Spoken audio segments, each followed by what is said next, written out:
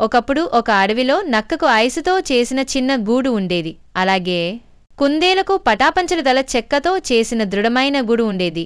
చలికాలం ముగిసిపోయి వసంతం రాగానే నక్క గూడు కరిగిపోయింది. అప్పుడే నక్క చాలా తెలివిగా కుందేల గూడులోకి వెళ్లి అతన్ని బయటకు తోసేసింది. తన ఇంటి నుండి తన్నివేయబడ్డ కుందేలు బాధతో నక్కను బయటకు పంపించమని కుక్కను అడిగాడు.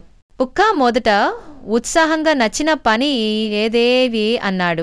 కాని నక్క ఎవరిమీ వదిలిపెడుతుంది. కుక్కను కూడా లోపలికి పిలిచి ఇక్కడే నివసించు అంది. ఆ కుక్కకి నచ్చేసింది.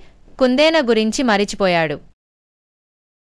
ఆ తర్వాత కుందేలు వాగ్దానం మీద నమ్మకంతో తోడు కావాలని తిరిగి గొర్రెను కోతిమి చివరకు పులిమి కూడా అడిగాడు. వారంతా మొదటికి అవును మీకు న్యాయం జరుగాలి అన్నట్టు చెప్పారు. కాని తెలివైన నక్క వాళ్లను కూడా మాయ చేసి తన గూడులోకి పిలిచి వారితో విందు చేసింది. వాళ్ళంతా నక్కతో ఉండిపోతూ కుందేలను పట్టించుకోలేదు.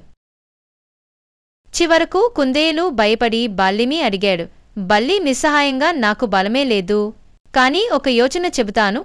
అడవి బొద్దింకను సంప్రదించు అన్నది. కుందేలు ఆశగా బొద్దింకను అడిగాడు. బొద్దింక ధైర్యంగా నేను చూస్తాను అంటూ నక్క గూడు దగ్గరకు వచ్చింది. నక్క నవ్వుతూ బొద్దింకను చూస్తూ అహంకారంగా నీతో ఏమి పని అన్నది. కాని బొద్దింక ఒక గేంతుతో గూడును తలకిందులా మార్చేసింది. నక్క భయంతో పరుగు తీసింది. అందరూ ఆశ్చర్యపోయారు. చిన్నతనమే కాదు తెలివి ధైర్యం ఉన్నవాడే నిజమైన వీరుడు. ఇది మాషా చెప్పిన కథ. అచ్చమైన పిల్లల భాషలో కాని గొప్ప బోధతో. ఈ కథ చివరగా మాషా చెప్పే మాట ఇలా ఉంటుంది.